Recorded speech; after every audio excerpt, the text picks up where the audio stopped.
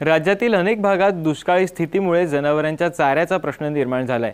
तसंच चाऱ्याचा खर्च वाढल्याने दुग्ध व्यवसाय तोट्यात जातोय।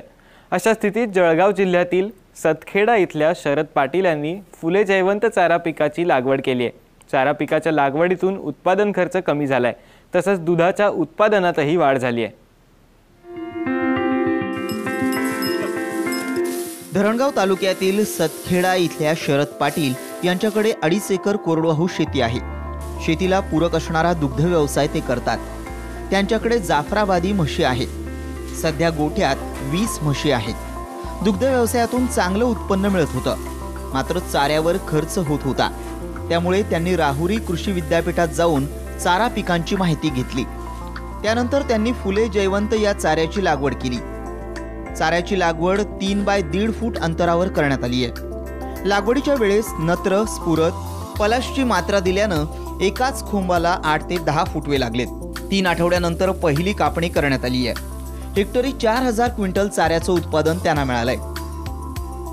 कमीत कमी 10 ते 12 फूट वाढणारा चारा आपल्याला उपलब्ध होतो आणि ह्या चाऱ्यामध्ये मक्यासारखं एकदम नरमपणा ह्या चाऱ्यामध्ये आहे आणि ह्या चाऱ्याचं प्रोटीनचे प्रमाण चांगलं आहे। याला वर्षाची 13 कापण्या आम्ही करतो आणि ह्या 13 कापण्यातून कमीत कमी हेक्टरी मला 3.5 ते 4,000 क्विंटल चारा एका कापणीमध्ये उपलब्ध होतो। याला आम्ही अंतर्गत 7 वर्षापासून 2007 ते 8 पासून मी हा चारा माझ्या शेतात लावलेला होता।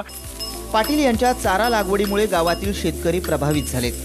त्यांनीही जयवंत चारा पिकांची लागवड केली आहे। जयवंत चाऱ्याचं ठोम विक्रीसाठी त्यांनी 1 एकरमध्ये चारा लागवड केली आहे। त्यांच्याकडून जळगाव जिल्ह्यासह इतर जिल्ह्यातील शेतकऱ्यांनी जयवंत चाऱ्याची ठोम नेली आहे। जयवंत चाऱ्यासोबतच पाटील DS6 या चाऱ्याचीही ते लागवड करतात। DS6 हा जो वाण आहे हा कमीत कमी 10 ते 12 फूट वाढतो आणि याच्यात प्रोटीनचे प्रमाण भरपूर प्रमाणामध्ये आहे। दुसरी गोष्ट, DS6 चे तत्व जे आहे ते याच्यात फुले जयवंतपेक्षा कमीत कमी त्याचा वाढीव चारा म्हणजे कमीत कमी जर फुले जयवंतचं 3.5 ते 4,000 हेक्टरी क्विंटलला मिळतो, याचं 4500 क्विंटल एका हेक्टरला चारा उपलब्ध होतो। पण ह्या वाणाला फुले जयवंतपेक्षा थोडंसं काटेरी नॉर्मल काटेरी असल्यामुळे थोडंसं कुट्टी करूनच खाऊ घालावं लागतं आणि DS6चं जे प्रमाण आहे वाढीव चारा मिळतो। हवामान बदलाच्या संकटामुळे शेतीत फारसं पिकत नाही, त्यामुळे शेतकरी निराश होतात। त्यामुळे दुग्ध व्यवसायातून त्यांना चांगलं उत्पन्न मिळू शकतं, मात्र त्यासाठी चारा व्यवस्थापन करणं गरजेचं आहे। फुले जयवंत सारख्या चाऱ्याची लागवड शेतकऱ्यांनी केल्यास नक्कीच दुग्ध व्यवसायातून शेतकऱ्यांना शाश्वत उत्पन्न मिळेल। संजय महाजन, साम टीव्ही, जळगाव।